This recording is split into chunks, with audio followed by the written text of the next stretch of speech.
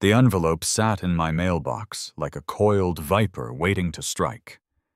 It wasn't your standard junk mail, the glossy flyers for pizza places I'd never eat at, or the desperate pleas from real estate agents wondering if I wanted to sell my home for cash today.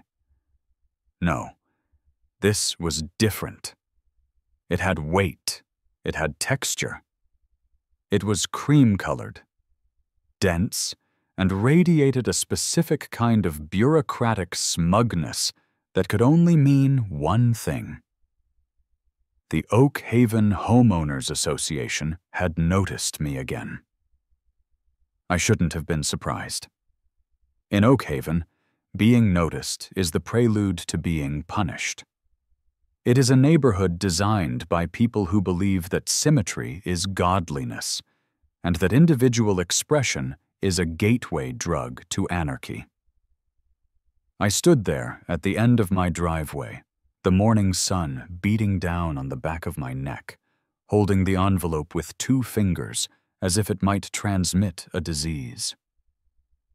The return address was embossed in gold foil, actual gold foil, which I'm sure my dues paid for, reading simply, "The Board." My neighbor, Stan, was washing his car 3 driveways down. Stan is a good guy, mostly because he knows the golden rule of suburban survival. Keep your head down and don't make eye contact with the patrol cart. He saw me holding the cream envelope. He paused with his sponge in mid-air, gave me a grim nod of solidarity, and immediately went back to scrubbing his wheel well. He knew. We all knew. I walked back up the driveway, my flip-flops slapping against the concrete. I tried to mentally catalog my sins from the past week. Had I left the trash bin out past 6:00 p.m. on collection day? No. I dragged that thing in at 5:45 p.m. like a soldier retreating from the front lines. Had I let the grass grow beyond the mandated 2.5 inches? Impossible.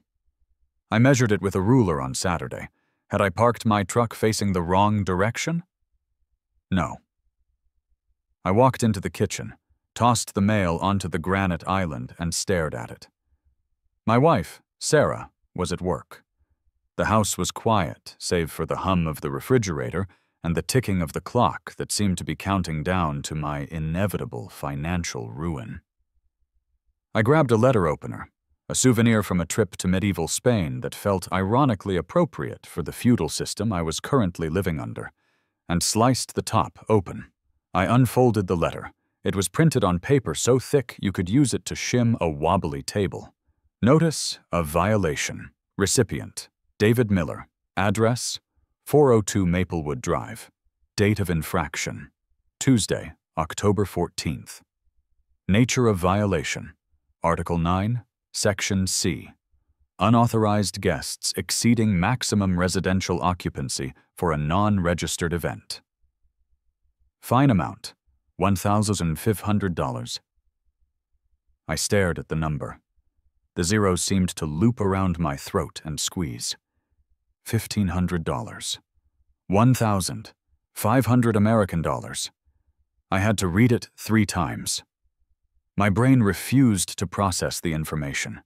It was like trying to read a sentence in a language you don't speak, where the letters are familiar, but the meaning is alien. Unauthorized guests? Maximum occupancy? I leaned against the counter, closing my eyes, and let my mind drift back to Tuesday. Tuesday. The day of infamy, apparently. I needed to reconstruct the crime scene. It was 6:30 p.m. The sun had set. I had sent a group text to the guys. Wife at book club. Pizza and cards. Garage. Be here. That was the summons. The invitees were Mark, Tony, and Sam. These were not rowdy men. Mark is an accountant who brings his own coaster to bars because he doesn't trust the sanitation of the establishment. Tony is a high school history teacher who spends most of his energy trying to get teenagers to care about the War of 1812.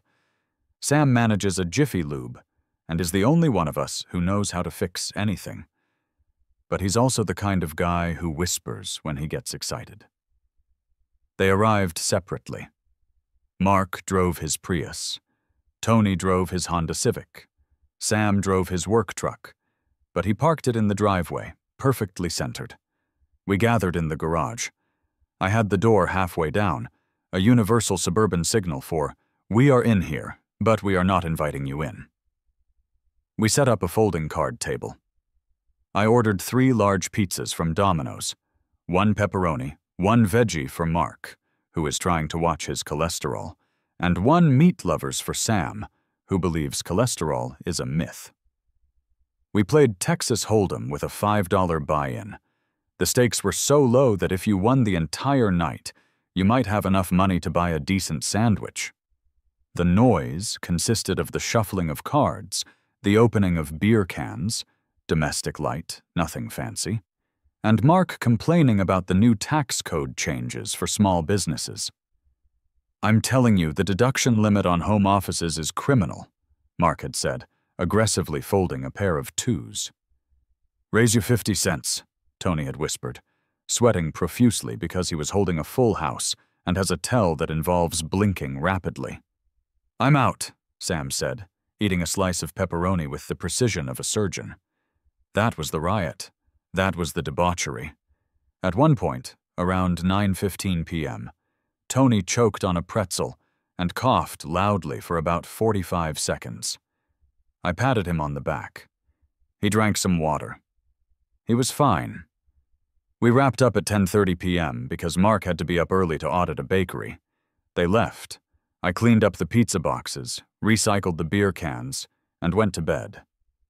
And for this, the HOA wanted $1,500. The rage started in my stomach. It was a cold, hard knot that rapidly expanded, heating up as it rose into my chest.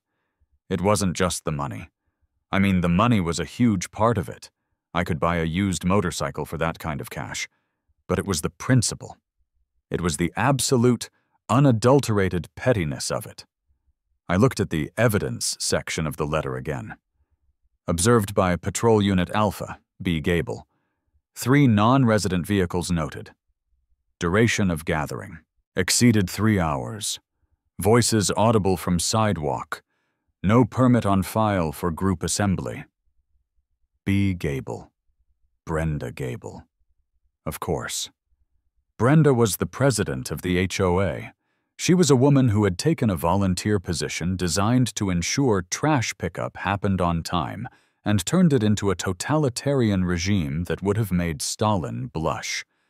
She didn't just enforce the rules, she breathed them.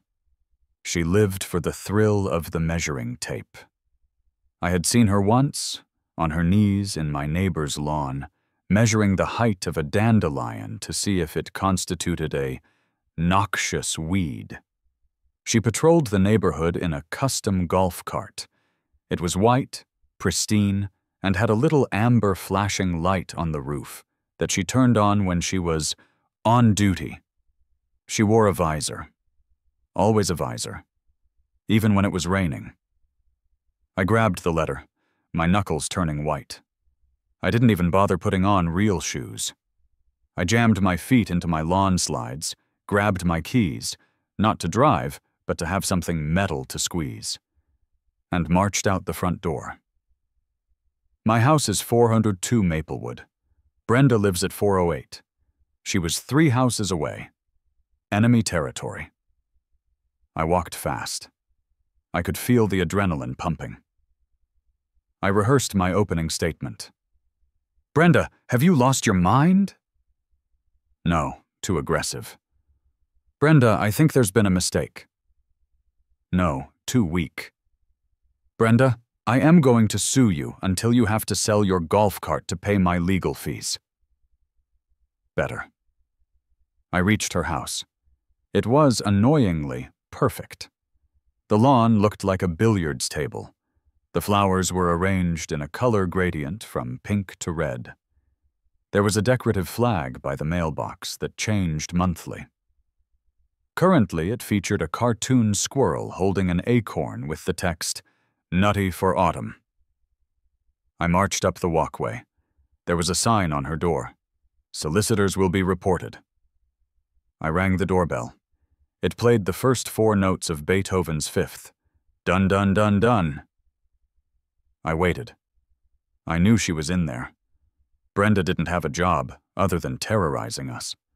Her husband, Richard, worked in the city and didn't get home until 8:00 p.m. Rumor had it he volunteered for overtime just to avoid coming home. The door opened. Brenda stood there. She was a small woman, maybe 5'2", with hair that was dyed a shade of blonde that doesn't exist in nature. She was wearing a floral blouse that looked like upholstery from a dentist's waiting room, and her signature khaki caprice. Her glasses hung on a chain around her neck. She smiled. It wasn't a warm smile. It was the smile of a shark that had just spotted a seal with a limp. "David?" she said, her voice dripping with artificial sweetness. "Good morning. I assume you received the correspondence?" She didn't call it a fine. She called it correspondence. "Correspondence?" I held up the letter, shaking it slightly. "Brenda, you fined me $1,500. Is this a joke? Is this a prank? Is Ashton Kutcher hiding in your hydrangeas?" She sighed, a long, weary sound that suggested she was a martyr for the cause of property values. She pushed open the storm door and stepped out onto the porch, closing the main door behind her to keep her air conditioning in. "The HOA takes community standards very seriously, David. You know that. You signed the covenants, conditions, and restrictions when you bought the house." "I'm talking about Tuesday," I said, trying to keep my voice level. "You fined me for having 3 friends over." 3. We were in the garage." "It was a gathering," she corrected, pulling a small notebook out of her pocket. She flipped it open. "Tuesday, October 14th. 3 vehicles. Unregistered. Duration, 3 hours and 45 minutes. You had food delivery. There was alcohol consumption visible from the street. It was pizza, and we were drinking light beer, and the garage door was half down." Half down is not closed, David, and under Article 9, Section C, any gathering of more than 2 non-residents that involves food, beverage, or entertainment is classified as a group assembly. Group assemblies require a permit, a $200 administrative fee, and a 14-day notice period for board approval. I stared at her. My mouth actually hung open for a second. "A permit? To play poker? Brenda, are you listening to yourself? I don't need a permit to eat pizza in my own house." She adjusted her glasses. "Actually, you do. If we allow you to have 3 unauthorized guests without a permit, where does it stop? Next week, the Johnsons will want 5. Then the Petersons will want 10. Then we have cars blocking the fire hydrants. We have noise. We have elements coming into the neighborhood." She whispered the word elements like it was a slur. "They were a teacher, an accountant, and a mechanic," I said.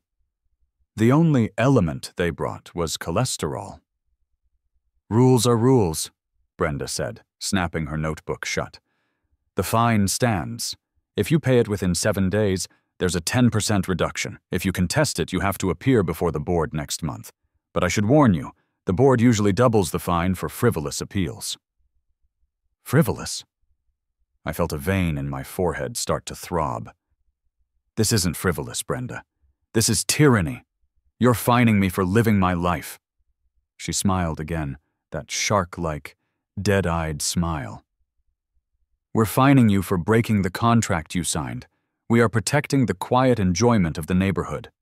Now, if you'll excuse me, I have to go inside.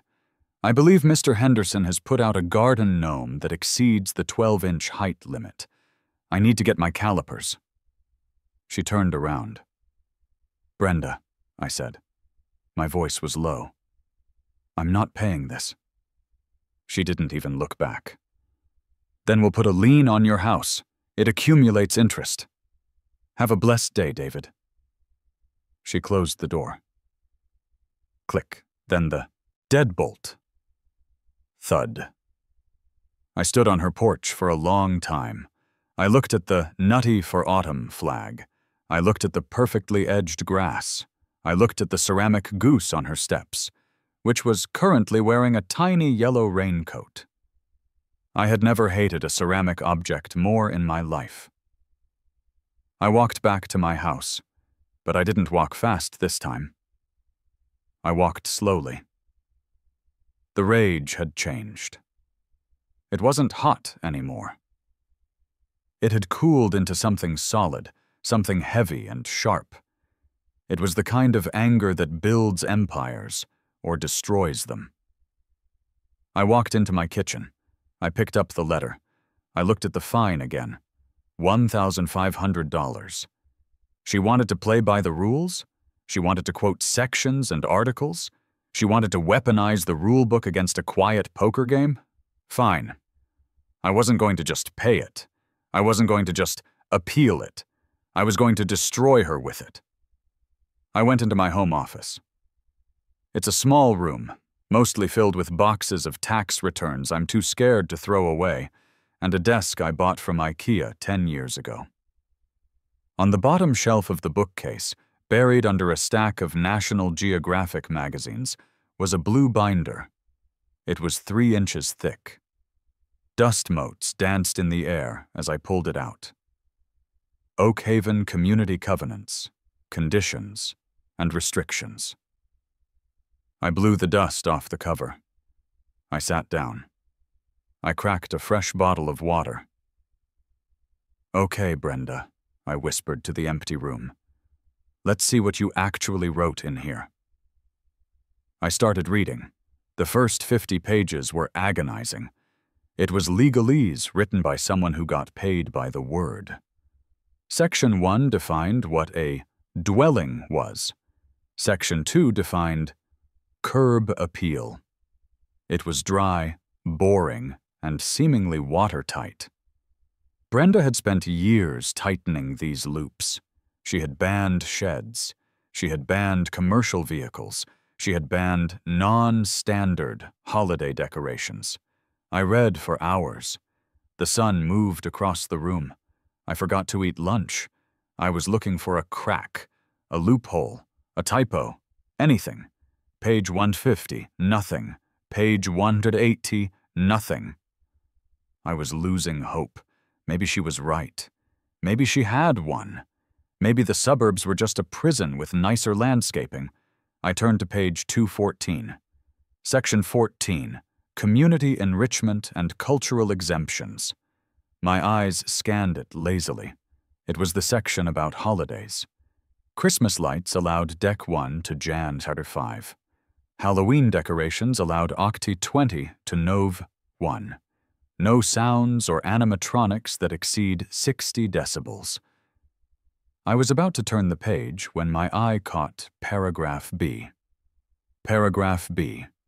Educational and Historical Heritage Exceptions. I leaned in. I adjusted my desk lamp. In the interest of fostering community education and preserving the cultural dignity of the region, any event classified as a historical heritage reenactment or educational cultural display shall be exempt from the standard guest occupancy limits, Section 9.c, and daytime noise restrictions, Section 11.a, provided that the event is non-commercial in nature, no admission fees charged. Takes place between the hours of 6 o'clock a.m. and 8 o'clock p.m., and serves to educate the community on historical practices. I read it again, and again. A slow, terrifying smile spread across my face. Brenda had likely included this clause years ago. I remembered vaguely that she used to be into colonial Williamsburg-style decor.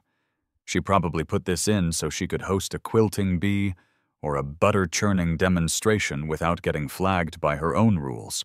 She thought historical heritage meant old ladies in bonnets sewing flags. But the text didn't say colonial history. It didn't say local history. It just said Historical Heritage Reenactment, and it explicitly exempted the event from guest occupancy limits. Exempt, no limit. If I was hosting a poker night, 3 guys was a crime. But if I was hosting a historical reenactment, I could legally host the entire population of Rhode Island in my backyard, as long as we were educating the community and not charging for tickets. I sat back in my chair. The gears in my head were turning so fast I could smell smoke. Historical. Reenactment. I didn't own a butter churn. I didn't know how to quilt, but I knew someone who knew history. I grabbed my phone and scrolled through my contacts until I found Tony. I hit dial. "Hello?" Tony answered. He sounded tired. "Dave, if this is about the fine, I can chip in. I feel bad about the coughing fit." "Keep your money, Tony," I said. My voice was vibrating. "I found a loophole." "A loophole? In the Oak Haven bylaws? Impossible. Brenda wrote those in blood." "She missed a spot," I said. "Section 14, paragraph B.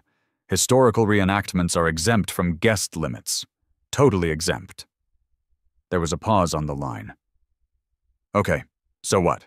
You're going to dress up as George Washington and stand on the lawn?" "No," I said. "I'm thinking bigger. Tony, do you remember that guy you went to college with? The theater major? The one who was really intense?" "Kevin?" Tony asked. "Yeah. He goes by King Auric now. He runs the Tri-State LARP Alliance. Why?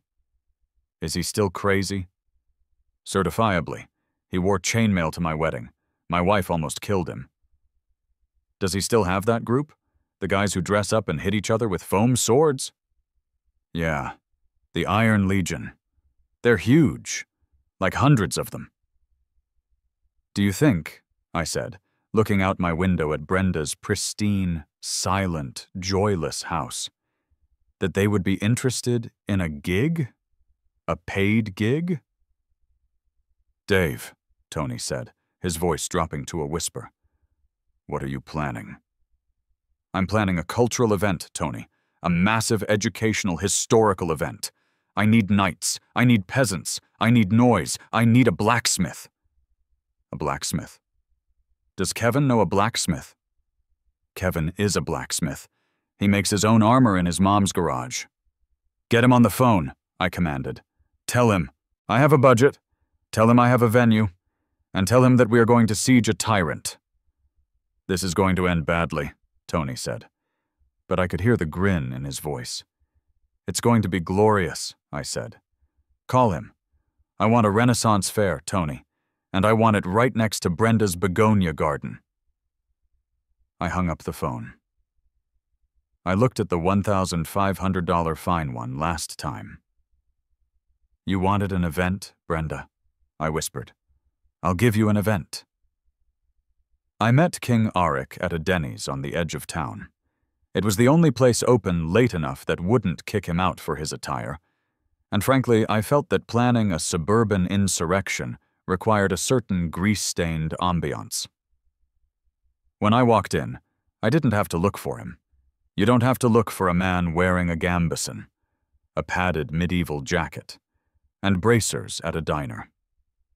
He was sitting in a corner booth, hunched over a plate of moons over my hammy, like it was a wild boar he had hunted himself.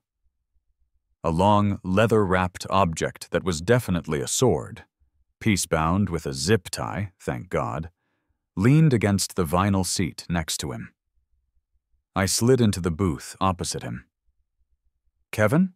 I asked. He looked up. He had a beard that can only be described as biblical. It was thick, wiry, and contained crumbs of toast. His eyes were intense, burning with the fire of a man who takes fantasy very, very seriously. "The name is Auric," he rumbled. His voice was deep, a baritone that seemed to vibrate the silverware. "King Auric of the Iron Legion. You are the one they call Dave?" "Yeah," I said. "Dave. Tony's friend. Tony represents the Merchants Guild, Arik said, nodding solemnly. He is a man of honor, though his cardio is lacking. He says you have a quest. I do, I said. I pulled the manila envelope out of my jacket. I had withdrawn $2,000 in cash. It hurt. It physically hurt to hold that much money, knowing I was going to spend it on guys in foam armor. But then I thought about Brenda's smug face, and the pain vanished, replaced by a warm, vindictive glow. I need an army, Arik, I said. Arik wiped his mouth with a paper napkin, but he did it with the dignity of a monarch using silk. The Legion does not fight for coin alone, Dave. We fight for glory. We fight for the preservation of history. What is the engagement? It's a siege, I said. Arik's eyes widened. A siege? There is a fortress, I explained, leaning in. The fortress of 408 Maplewood Drive. It is ruled by a tyrant named Queen Brenda. She taxes the peasantry for unauthorized guests. She measures the grass with a ruler of iron. She has fined me unjustly, and now I wish to bring the chaos of the Middle Ages to her doorstep. I slid the envelope across the sticky table. I need a Renaissance fair, Arik, but not a quiet one. I don't want a lute player in the corner. I want a bustling, loud, historically accurate village. I want blacksmiths hammering. I want knights yelling. I want wenches. Are we allowed to say wenches? The term is tavern maid, Arik corrected gently. And yes, we have many. I want all of it. In my backyard, this Saturday, from dawn until dusk. Arik peeked into the envelope. He saw the stack of Benjamins. He nodded, a slow, grave movement. 2,000 gold pieces, he mused. This will feed the troops and transport the siege engines. Siege engines? I choked on my water. You have siege engines? We have a trebuchet, Arik said casually, as if talking about a lawnmower. It is 3/4 scale. We use it to launch pumpkins at the harvest festival. It can fling a gourd 200 yards. Bring it, I said instantly. Don't fire it at her house. I don't want to go to actual jail. But aim it at her house. Let her see the capability. Psychological warfare, Arik whispered. I like it. And the troops? How many do you require? The bylaws say I'm exempt from guest limits, I said. So, as many as you've got. Can you get 50? Arik scoffed. It was a wet, dismissive sound. 50? Dave, the Iron Legion does not mobilize in skirmish squads. If I blow the horn of Valhalla, which is what I call the group chat, I can have 200 warriors on your lawn by sunrise. 200? I did the math. My yard was a 1/4 acre. It would be tight, it would be sweaty. It would be perfect. Do it. 200. But they have to stay in character. If the police come, if Brenda comes, you are not Kevin from IT. You are King Arik. You are baffled by her modern laws. I do not break character, Arik said, offended. I have been Arik since 2009. My mother calls me Arik. Good. One problem, Arik said, tapping the table. Logistics. 200 men and women need infrastructure. We need a staging ground. We need privies. We need a feasting hall. You cannot host a royal court on a patio. I'm hiring a contractor, I said. I'm building a set. Arik smiled. It was a terrifying expression, showing a lot of teeth. Then we shall prepare. The Legion marches at dawn on Saturday. Woe to the Queen of 408. He stood up, grabbed his sword, and bowed to me. For the Alliance, he shouted. The waitress dropped a tray of silverware. The manager looked over, alarmed. I just waved. He's with me, I said. We're enriching the community. The next morning, Wednesday, I began the physical transformation of my property. I couldn't just have people standing on the grass. To make this legally bulletproof under the Educational Cultural Display Clause, it had to look like a legitimate exhibit. It needed production value. I called Big Mike. I've known Big Mike for a few years. He's the kind of contractor who doesn't have a website or a business card. You get his number from a guy who knows a guy. He drives a Ford F-350 that sounds like the apocalypse and is held together mostly by bumper stickers and mud. He's about 6'4", shaped like a vending machine, and has hands the size of catcher's mitts. He pulled into my driveway at 8:00 a.m. The truck was so heavy I saw my concrete driveway settle an inch. He stepped out, spitting tobacco juice into a crushed Mountain Dew bottle. "Dave," he grunted. "Mike," I said. "Thanks for coming on short notice." "Cash pays for speed," Mike said. He looked at my house. It's a standard suburban 2-story, beige siding, asphalt shingles. Boring. "What's the job? Deck, kitchen?" "No," I said. "I need you to turn my garage into a castle." Mike paused. He blinked slowly. "Say again?"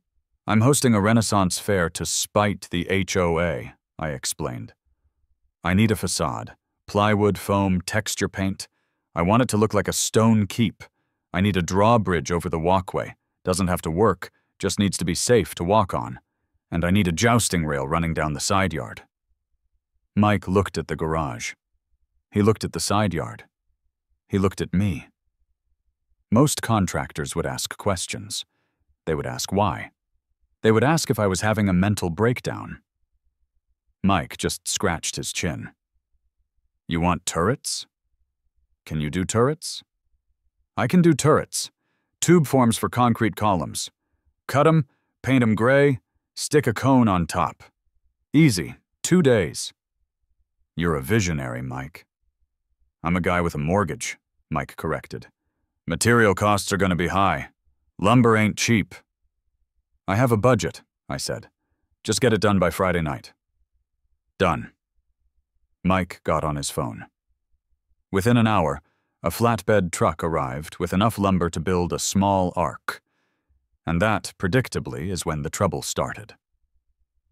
The delivery driver, a kid who looked about 12, parked the flatbed along the curb. It was a big truck. It blocked about 10 feet of the street. Not the whole street. Cars could easily get by, but it was definitely unsightly. I was standing on the porch with Mike, reviewing the blueprints for the stocks of shame we were going to build, when I heard the whine. Whirr. The electric golf cart. Brenda came around the corner. She wasn't just patrolling. She was hunting. She must have sensed the disturbance in the beige force. She saw the truck. She saw the lumber. She saw Mike, who was currently using a circular saw on a sawhorse in the middle of my driveway, sending a plume of sawdust into the air. She slammed on the brakes. The golf cart skidded on the asphalt. She marched up the driveway. She was wearing her conflict visor, a bright red one. "Excuse me!" she screamed over the sound of the saw. "Excuse me!" Mike didn't hear her, or he chose not to. He finished the cut. Sst. He powered down the saw. He lifted his safety goggles. "Yeah?" Mike rumbled. "What is?" "This?" Brenda demanded, gesturing wildly at the pile of wood. "What is going on here?" "Construction," Mike said. He turned back to the wood. "You cannot block the street!" Brenda yelled. "That truck is an obstruction, and you!" She pointed a manicured finger at me. "David, you cannot start a construction project without Architectural Review Board approval. You need to submit plans 30 days in advance. You need samples of materials. You need—" "Brenda," I cut in, stepping down from the porch. I held a coffee mug that said "World's Okayest Golfer." "Good morning." "Stop this immediately," she ordered. "I am fining you. I am fining you for the obstruction. I am fining you for the unapproved modification, and I am fining you for the noise." Mike looked at me.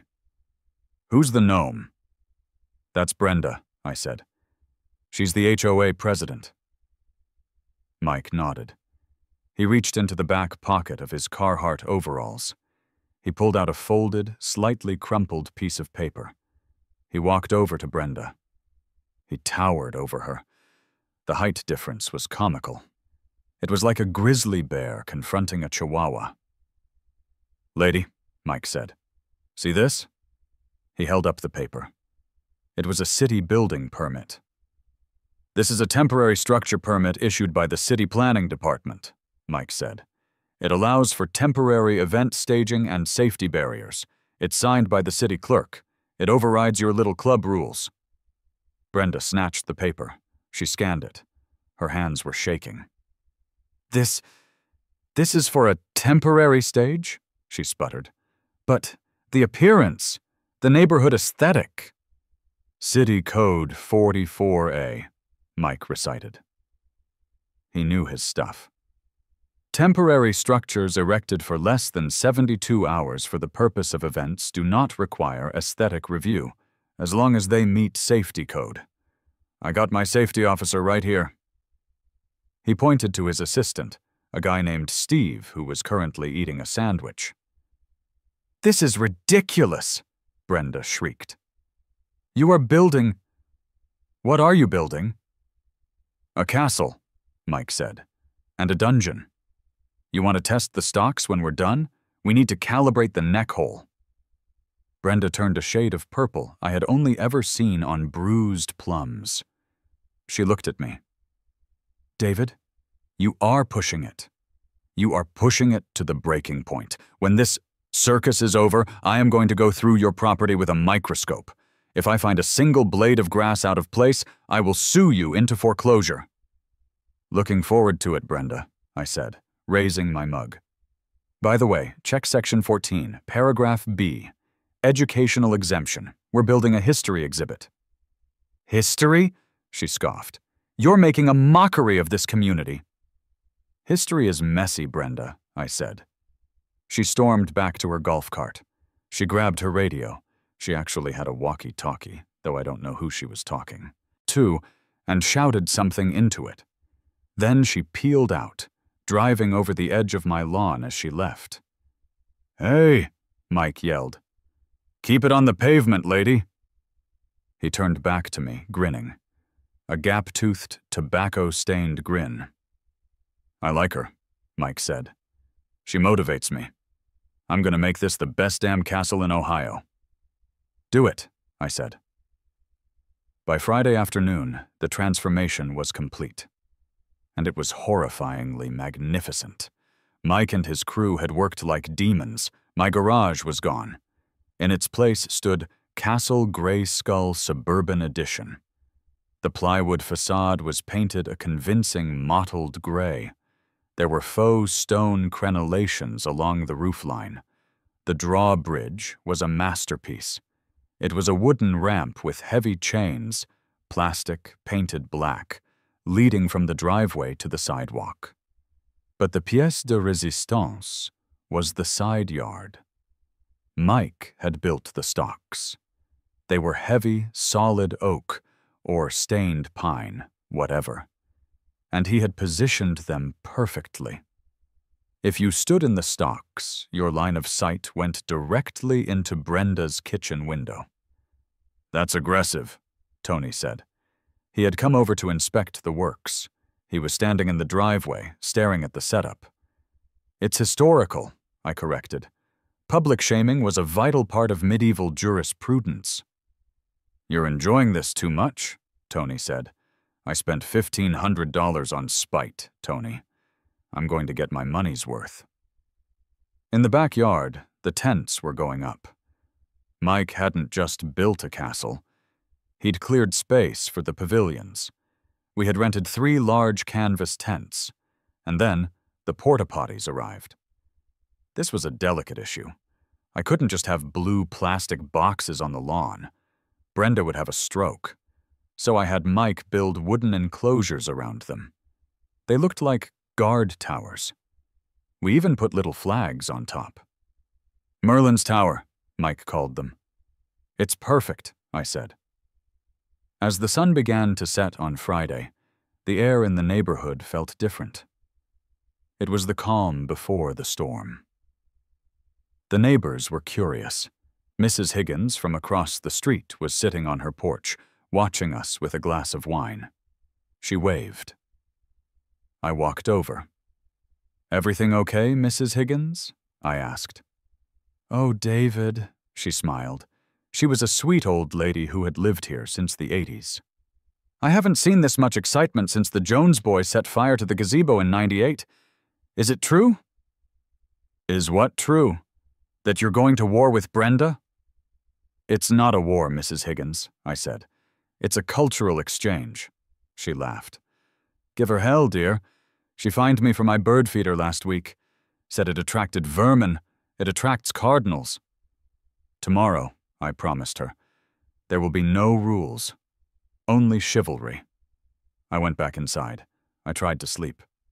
I couldn't. I felt like a general on the eve of D-Day. I lay in bed, listening to the silence of the suburbs. Tomorrow, that silence would die. I woke up at 4:30 a.m. I was too wired to sleep. I brewed a pot of coffee strong enough to strip paint and stepped out onto the back deck. The mist was clinging to the manicured lawns of Oak Haven. It was quiet. Peaceful. Then the van arrived. It was 5:15 a.m. A beat-up Ford Econoline van rattled up the street and parked, legally, in front of my house. The side door slid open. King Arik stepped out. He wasn't wearing the tunic from the diner. Oh no, he was in full regalia. He wore plate armor, actual steel that clinked softly. He had a fur cloak draped over his shoulders. He wore a crown that looked surprisingly expensive. He walked up the driveway, his boots crunching on the concrete. "My lord," he whispered, bowing to me. "Your Majesty," I replied, clutching my coffee mug. "You're early." "A king is never early," Arik said. "He arrives precisely when he means to. The Legion is close. We had to park the convoy at the Walmart down the road to avoid congestion. We will shuttle them in." "Smart," I said. "Very smart." "We brought the Bard," Arik noted. "Just one?" "He has an amplifier." Oh God. By 5:45 a.m. the street was alive, but it wasn't the kind of alive Oak Haven was used to. It wasn't joggers and dog walkers. It was orcs. It was elves. It was a guy dressed as a plague doctor. They filed into the backyard with military precision. Arik wasn't kidding about the Legion. These people were organized. They had walkie-talkies hidden in their tunics. "Archers, take the high ground," Arik whispered, pointing to the top of the playground slide I had built for my daughter years ago. "Blacksmith, fire the forge." The blacksmith, a guy named Gary, who actually looked like a terrifying biker, started setting up his portable anvil. "Are we actually lighting a fire?" I asked, nervous. "Propane forge," Gary grunted. "Smokeless, but it gets the metal red hot. I'm gonna make horseshoes." "We don't have horses, Gary." "I know. I'm making them for the invisible horses." Method acting. I loved it. By 6 o'clock a.m., the sun was fully up. The bylaws stated that daytime noise was permitted, starting at 6 o'clock a.m. on weekends. I checked my watch. 5:58, 5:59. "Sound the horn," Arik commanded. The guy with the asthma, Steve, stepped up. He raised a long, curved ram's horn to his lips. Brum! It was a mournful, guttural sound. It sounded like a call to battle from the misty mountains. It echoed off the vinyl siding of the houses. It bounced off Brenda's perfectly clean windows. And then, the drums started. Boom, boom, boom to boom. 2 drummers. Big kettle drums. My backyard was instantly transformed. 200 people. 200. The density was insane. There were people everywhere. A group of peasant women were singing a folk song near the patio. A duel had already broken out near the hydrangeas. And then the smell hit. The pig roast. Arik had brought a professional catering crew, also in costume, who had started the pig at 4 a.m. off-site and just finished transporting it. The scent of roasted pork wafted through the air, heavy and delicious. I walked to the fence line, the fence that separated my kingdom from Brenda's tyranny. I waited. It took 3 minutes. The back door of 408 Maplewood flew open. Brenda didn't just walk out, she exploded out. She was wearing a silk robe and fuzzy slippers. Her hair was in curlers. She looked like a cartoon character who had just stuck her finger in a socket. "What?" she screamed. "What is this?" She ran to the fence. She looked at the sea of humanity. She looked at the orcs. She looked at the plague doctor. She looked at Gary hammering red-hot steel. Clang, clang! She spotted me. I was standing next to King Arik. "David!" she shrieked. "Are you insane? It's 6 in the morning!" "Good morrow, Lady Brenda," I shouted back. "The sun has risen. The village is awake." "Shut it down!" she yelled, her voice cracking. "Shut it down right now. I am calling the police. This is trespassing. This is a riot!" King Arik stepped forward. He placed a gauntleted hand on the fence post. "Who addresses the king with such lack of respect?" Arik boomed. His voice projection was incredible. Theater training pays off. Brenda recoiled. "Who are you?" "I am King Arik, Lord of the Iron Legion, protector of the cul-de-sac. And you, madam, are disturbing the royal peace." "I'm disturbing the peace?" Brenda screamed. She was vibrating. "You have a drum! You have... Is that a sword?" "It is the blade of justice," Arik shouted. "I'm calling 911!" Brenda yelled. She turned around and ran back toward her house. She tripped on one of her perfect paving stones, recovered, and scrambled inside. I looked at Arik. "She's going to bring the heat," I said. Arik grinned. "Let them come. We have the permits." The Battle of the Backyard had begun. 20 minutes later, the first siren wailed. It wasn't just Officer Miller this time. It was a convoy, 3 cruisers, lights flashing. They pulled up to the curb, right behind Mike's castle facade. The music stopped. The actors froze. 3 officers stepped out. Leading them was a sergeant. A big guy. Sergeant Kowalski. He looked like he ate concrete for breakfast. He walked up the driveway, his hand resting near his holster. He looked at the drawbridge. He looked at the banner of the badger holding a beer. He walked into the backyard. He stopped. He was staring at 200 people in medieval costume. A juggler was tossing pins in the air. A woman was spinning wool on a wheel. Brenda was already there, standing in her driveway, pointing over the fence. She had changed into clothes, her HOA uniform, and was screaming at the officers. "Arrest them! All of them! This is an illegal gathering! They are trespassing! They are armed!" Kowalski looked at me. I walked over, holding the blue binder. The Holy Book of Bylaws. "Morning, Sergeant," I said. "Sir," Kowalski said, scanning the crowd. "We got a report of a militia and a riot?" "No militia, Sergeant. Historical reenactment." Reenactment? Yes, sir. We are the Oak Haven Historical Society. We are recreating a 14th century village market. In your backyard? It's an educational event, Sergeant. Brenda stormed over to the fence line, her face red. It is not educational. It is a party. He is doing this to spite me. There are 200 people here. The limit is 2. 2! Officer, I said calmly, if you would look at this document. I opened the binder. Page 214, highlighted in neon yellow. Kowalski took the binder. He read the paragraph. He read it slowly. He looked up at the crowd.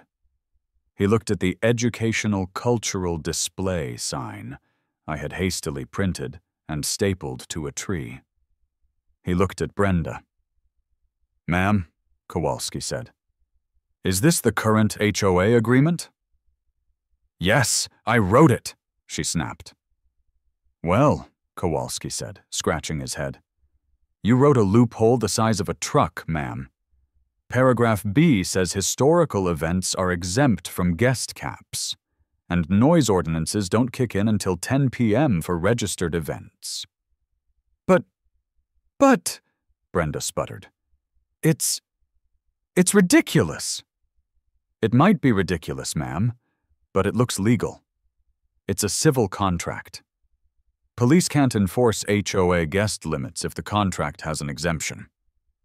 Kowalski turned to me. You aren't selling tickets, are you?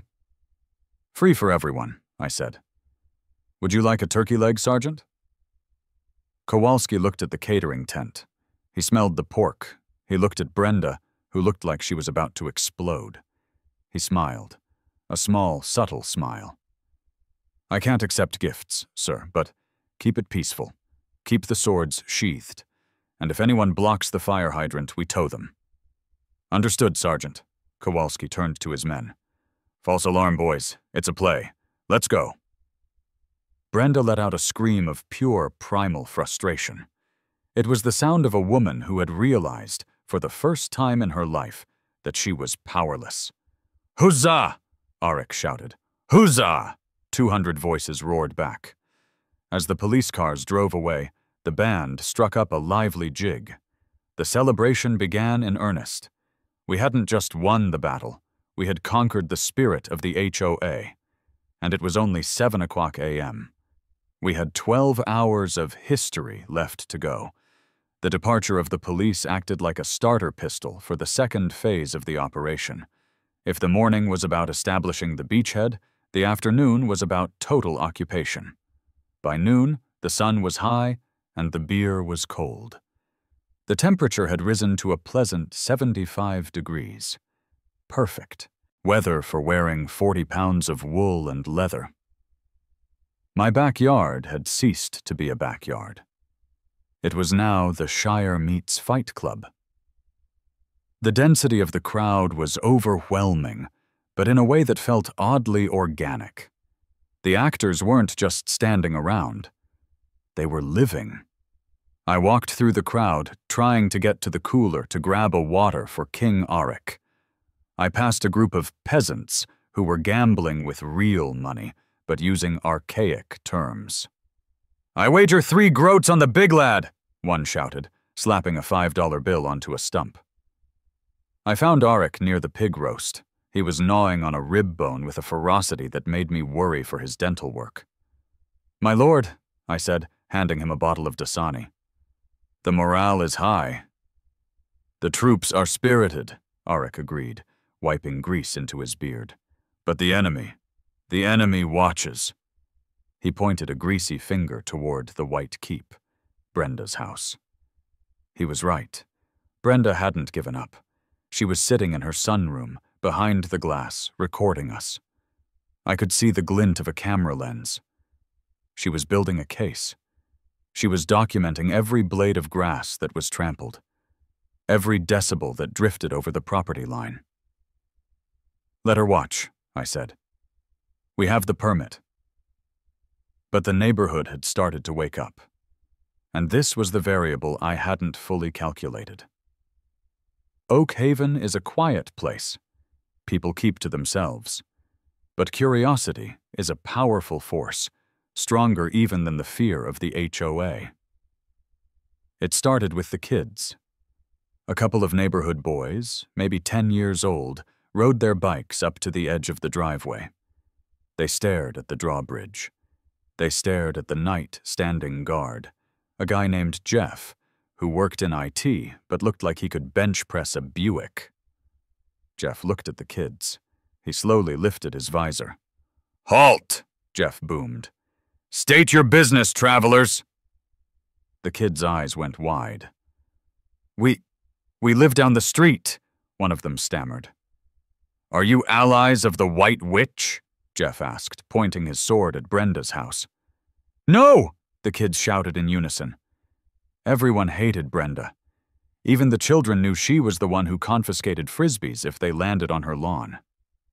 "Then enter, and be welcome." Jeff stepped aside. The kids abandoned their bikes and ran into the backyard. Within 10 minutes, they were engaged in a foam sword melee with a goblin. Then the parents came. It started as checking on the kids, but it turned into checking out the beer. Stan, my neighbor who washed his car excessively, wandered over. He was holding a rake, as if he needed an excuse to be outside. "Dave," Stan said, looking at the blacksmith forging actual metal in the center of my lawn. "This is aggressive. Do you want a burger, Stan? Or a turkey leg?" "I'll take a beer," Stan said. He looked at Brenda's house. "Is she called the cops. They told her to pound sand." Stan's face lit up. It was the look of a man who had just watched the Death Star explode. "They told Brenda no?" "They sure did." Stan cracked his beer. He took a long sip. "I'm calling my wife. She needs to see this." By 2:00 p.m., the guest list had expanded to include half the neighborhood. It was no longer just a weird LARP event. It was a block party. A block party hosted by Vikings. People were mixing. I saw Mrs. Higgins explaining her rose gardening technique to a woman dressed as a druid. I saw the mailman, who had finished his route, come back in his personal car to watch the jousting. But Brenda wasn't done. At 3:00 p.m., the water wars began. I was standing near the fence line, talking to Big Mike about the structural integrity of the stocks, when I heard a hiss. Sprinklers. Brenda had turned on her irrigation system. But not just the normal cycle. She had adjusted the heads. The oscillating sprinklers along her fence line were aimed outward. Jets of cold water arched over the fence and sprayed into the crowd. It was a petty, calculated move. She was trying to soak the actors, ruin the costumes, and make everyone miserable. "She's attacking!" shouted a squire, getting hit in the face with a stream of water. The crowd gasped. This was escalation. This was physical. King Arik roared. "Shields!" I watched in awe as a dozen men in full armor grabbed their shields, large, wooden, painted shields, and formed a literal shield wall along the fence line. Thud, thud, thud. The water hit the shields. The knights stood their ground, blocking the spray from hitting the civilians and the food. "Hold the line!" Arik bellowed. "Do not yield to the hydro beast!" The neighbors cheered. Actual cheers. Stan was clapping. Mrs. Higgins was pumping her fist. "Dave!" Arik shouted to me over the sound of the water. "Bring up the trebuchet!" My stomach dropped. "Arik, we talked about this. No projectiles." "We must return fire," Arik argued. "Not at the house, at the source." He pointed to the sprinkler heads. The trebuchet was parked in the corner of the yard. It was about 6 feet tall, made of oak and iron. It was a beautiful, terrifying machine. "Load the water balloons," Arik commanded. I didn't stop him. I couldn't stop him. The mob was on his side. 2 squires loaded a basket of red water balloons into the sling. They cranked the winch. Click, click, click. Range, Arik shouted. 30 yards. Loose! Thwump!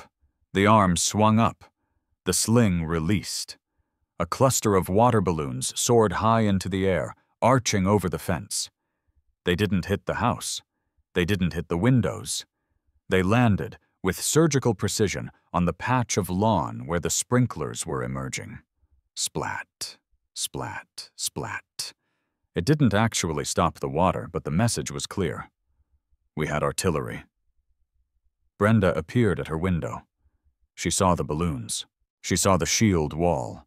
She saw the neighbors, her constituents, cheering for the invaders. She shut off the sprinklers. The water stopped. "Victory!" Arik screamed.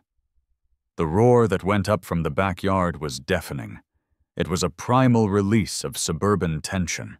For years, we had lived under the tyranny of the ruler and the clipboard. Today, we fought back with foam swords and water balloons. As the sun began to dip lower in the sky, turning the castle a shade of golden orange, I realized something. This wasn't just a prank anymore. It was a revolution. We feasted until twilight. The pig was consumed down to the bone. The mead and the cooler of Bud Light ran dry. At 7:45 p.m., 15 minutes before the cutoff time established in the bylaws, Arik signaled the retreat. "Pack it up," he ordered. The efficiency of the Iron Legion was just as impressive in reverse. Tents came down. The forge was cooled and loaded. The trash was bagged, every single scrap of it, because Arik respected the land. By 8:00 p.m., the trucks were loaded. The actors were tired, sweaty, and covered in glory. Arik walked up to me. He removed his crown. He looked like a normal guy named Kevin again, just with a really intense look in his eye. "The siege is lifted," he said. "You did good, Arik," I said. "You did real good." "She will remember this day," he said, looking at the dark house next door. "Tyrants always remember the day the people stood up." He shook my hand. His grip was like a vice. "If you ever need us again," he said, "blow the horn." "I don't have a horn." "Get a horn, Dave." He climbed into his van and drove away.